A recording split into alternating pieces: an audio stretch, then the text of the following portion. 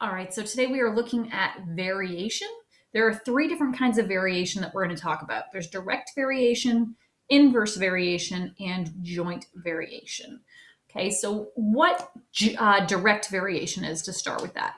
Direct variation is basically when you have two different things and we're talking about comparing them. And kind of jumping down here, it's so if y and x are two things, they either both increase or both decrease at the same rate. Okay, so as an example of this, if we were in class, we're going to do this little activity with these toy cars, right? So if you think about building a ramp, right, and you start with a little matchbox car up here and you let it go and it runs down here and you want to see how far it goes, right? So think about what's going to happen comparing the height of this ramp and the distance that the car travels, right? As I increase the height of this ramp, the car's going to go farther, right? Because it'll be steeper, the car will move faster, it's going to make it go farther, right? That's what direct variation says. As the height of this gets bigger, this distance also gets bigger. Okay, so direct variation, x and y are your two variables, whatever the two things that are changing are, right? And they're both either increasing or decreasing at the same rate. Similarly with this one, as I decrease the height of the ramp, the distance that the car travels will decrease. So it's the same thing at the same time. Okay. Now, here's kind of the weird part that throws people off with variation. Okay. If they're going to vary directly, then their ratio has to be constant. And that makes sense if you think about it, right? As I divide this number by this number, right? This height by that distance, it should always stay the same. That's what direct variation does. Okay, so if I double this and divide those two numbers, it's still going to stay the same variation, the same constant number. Okay, so in terms of formulas, if we say y varies as x, it means that you're dividing y by x and you're always getting some constant k, the same number. Okay, so maybe when I divide the height of the ramp by the distance the car goes, it's always 0.2. Right? And if I increase this, this is going to increase. And when I divide those two things, I still get 0.2. Okay? So that's what this is saying. Right? But frequently we rewrite equations so that they're y equals equations instead of just like k equals equations. So it's going to kind of look like this. All right? And you're going to see this showing up both ways. So you got to kind of be familiar with that. Typically, I will jump and just use that equation, right? Because I kind of read this when it tells me that y varies directly as x, right? Y varies as x, y varies as x. Like it kind of reads well to me that way, but you do also need to be familiar with this sort of format, or at least be able to look at this and recognize that it's the same thing as that. Okay, so that's what the first kind is. That's direct variation. Now the second kind is inverse variation. Okay, and with inverse variation, okay, this is when their product is a constant, okay? And it means that y is going to increase at a reciprocal rate of x. So essentially, as one gets bigger, the other one is going to get smaller here, okay? Now, as an example of this, if you've ever done one of those things, right, where you're standing over here and you take like a perspective photo where you have like your friend come stand like way out here on a hill, right? And you take a picture of them and it looks like you're like holding them in your hand, right? Or if you've ever done that thing where somebody's standing far away from you and you can like put your hand up, and putting your hand up, you can cover their entire body with your hand, right? That idea of perspective, that's what inverse distance variation is. As the distance between these two people gets bigger, this person appears to get smaller. Okay, so as this increases, the relative height of this person decreases. Okay, that's what inverse variation is. So as one's getting bigger, the other one's getting smaller. If this one was getting smaller, then this guy would be getting bigger, right? If you walk towards them, they appear to grow. Okay, so two variables vary inversely when their product is a constant. Okay, so when we say that y varies inversely as x, it means that if I multiply those two things, it's always going to give you the same number. If I multiply the distance between these two and how high or how tall this person appears to be, right, that number that you get is going to stay the same product no matter how you change the distance between them and the relative heights. Okay, so x times y equals k, right? But again, how I kind of frequently do these is I'll use this equation here because I can just say, oh, y varies inversely as x. And I just remember that varying inversely means I'm going to end up with a fraction.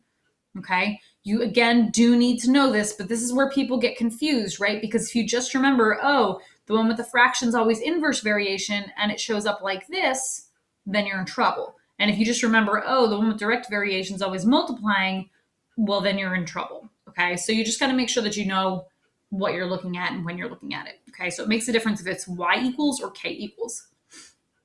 All right, and then the last one is joint variation. Basically, joint variation is just where you have three things all involved at the same time, where one is getting bigger, the other one's getting bigger, but a third one is getting smaller. Okay, so two of them are affecting the other ones.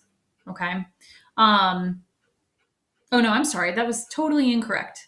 Let me try that again. Okay, if it varies directly, so that is a thing that will happen, but it'll tell you it varies directly with one and inversely with another. In this particular one, we're talking about it's the product of two other things. So y varies jointly with x and z means that as y gets bigger, so does x and z. All right, there's your setup for your equation. Notice it looks a lot like this one, except now we have two variables involved, right? And again, this is usually the equation that I'm going to use. And again, it looks a lot like this one, except with two variables involved. If it had told you joint variation where you have directly with one and inversely with another, then it would just kind of be a combination of these two, where it would be like k times x divided by z. Okay, so that's all that's going to look like. All right, so let's take a look at a few examples of these. So these guys down here. So the work done when lifting an object varies jointly. Okay, so the first thing you need to watch out for is how is it varying? So it varies jointly. That's going to be a key phrase for us. Okay, with the mass, that's going to be one of our variables of the object and the height that it is lifted. Okay, it tells you that the work done on this object is listed this high and is that many joules of energy. And we're going to write an equation that relates these three variables and then figure out, okay, what happens when I lift this object that far? Okay, so I'm going to start out ignoring the actual part of the question.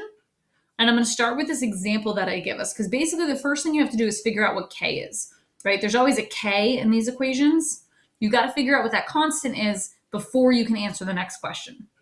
Okay, so I know that work varies jointly with mass and height, right? So the work varies jointly, okay, with the mass and the height. So I'm going to do W equals K times M times H. Okay, so varying jointly. Okay, now when the work done for a 120 kilogram object, I'm just going to basically plug these numbers in here to figure out what K is. So 120 kilogram object, that's going to be my mass. So I'm going to plug that in for my mass. Okay, it's lifted 1.8 meters, right? And then it tells me that the work done is that 2116.8. Right? Here's my equation, right? And you know how to solve this. This is no big deal. So I'm going to multiply together the 120 and the 1.8. Right? And then I have to divide both sides by that number to get k by itself, right? So 2116.8 divided by that 216 is 9.8. So my k value is 9.8. Excellent. All right, so my equation then, okay, they ask you to write an equation that relates these three things. This guy's not going to count because I have too many variables there. They didn't ask me for an equation that relates KMH and, I'm sorry, WMH and K. They just want those three. So my equation for this guy is going to be W equals 9.8 MH. Okay, so that's the first thing they asked for. And now I'm going to use that equation to figure out the work done when you're lifting a 100 kilogram object. So my work is going to be 9.8 times the mass of the object, 100 kilograms, times the height that you're lifting it, 1.5. All right, and then this goes into my calculator. So 9.8 times 100 times 1.5, 1470. And that's 1470 joules. So I think you just write a J for that. I'm pretty sure it's just a J. If it's not, and you know better than me, because you're in an actual science class, you should write the correct one. But I don't remember. It's been a long time since I took a science class. All right, Next, guys, so this one's heat loss through a single pane glass window varies jointly. So there's a key word with the window's area and the distance between the inside and outside temperatures. Okay, so how big the window is and then the difference in temperature outside. And that should sort of make sense to you, right? If we're talking heat loss, if it's a really cold day and a really big window, you feel that cold coming in, right? Okay, so single pane window with an area of 1 square meter, temperature difference of 1 Kelvin, has a heat loss of this, and then we're going to answer a question. So I'm going to set this up the same way. Varies jointly. So heat loss varies jointly. So that's where my K is going to come in with area and the difference in the temperature. Okay, and then I'm going to plug in these numbers that they gave me here. So the area of 1 square meter, so I'm plugging in 1 for A. Difference in temperature is 1 Kelvin, right? Okay, and the heat loss is 5.7. Now I know that's a very difficult equation to solve, but I have faith in your ability to use your calculator to figure out that the answer is 5.7. So my equation is just going to be H equals 5.7 times A times D. Okay, and then I'm going to go ahead and figure out this last part of the question. What's the heat loss with an area of 2.5 square meters and a temperature difference of 20 kelvins? So it's going to be 5.7 times 2.5 times 20. In my handy dandy calculator, 5.7 times 2.5 times 20 is 285. And that's heat loss in watts, so W. All right, cool. Boyle's law, that's a chemistry-like thing, right? You've probably done something with Boyle's law recently in some science class you happen to be in. All right, states that at constant temperature, the pressure of the gas varies inversely with the volume. So varies inversely, that's our key thing here. So they're telling me that the pressure varies inversely with the volume. So that's going to be K over V, okay? So that's my inverse setup. All right, sample of hydrogen gas has this many cubic liters at this pressure. So 1.5 is my pressure. My volume is 8.56. To solve that, you have to multiply both sides by the 8.56. So I'm going to do 1.5 times 8.56, 12.84. So my equation is going to be P equals 12.84 over V. Okay. And then find the volume of the hydrogen gas if the pressure changes to 1.2 atmospheres. So my pressure is now 1.2. I still have this 12.84, and we want to find the volume.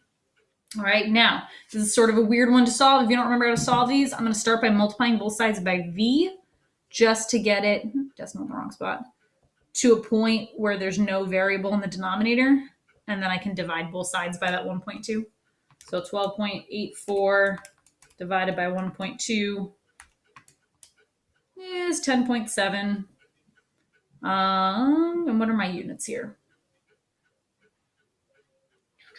Cubic liters. That's another one I can't remember the abbreviation for. Is it just L cubed? I don't know. All right. All right, and then this last one. So companies found that the monthly demand for its product varies inversely with the price of the product. So it varies inversely again. So the demand varies inversely with the price of the product. Okay, when the price is $12.50, the demand is 12,000 units. This should sort of make sense to you from just a general marketing perspective. Okay, so that means I'm going to multiply 12.5 times that 12,000. So my K is 150,000, so 150,000. Okay, so my equation is going to be D equals 150,000 divided by the price of the object. We want to find the demand if they reduce the price to $12. So D equals 150,000 divided by 12. Which is 12,500 units. Okay, and you can kind of double check, right? Because before, when the price was higher, there were fewer numbers sold. Now, when I've lowered the price, there's more of them being sold, right? So that makes sense in terms of what they told us about inverse variation. Okay, so this is your general setup. Now, when you do your homework, there's going to be a couple of problems where they're going to tell you things like X varies jointly as Y and inversely as Z, as an example. Okay, so X varies jointly as Y and inversely as Z. So what's that going to look like? Well, it's going to be X varies jointly as Y, so that's like K times Y, and inversely as Z, so inversely as Z. That's what that kind of equation is going to set up as. Okay, so when you have it where it tells you that it's two things at the same time, you're just going to include both of them. Okay, if it tells you that it varies jointly, so if it tells you like M varies jointly as N and L, it would just be M varies jointly as N and L. Okay, so that's how you're going to tie those all together. If it has multiple ones, you just kind of tack them all together. Okay, but I think you should be all set with this.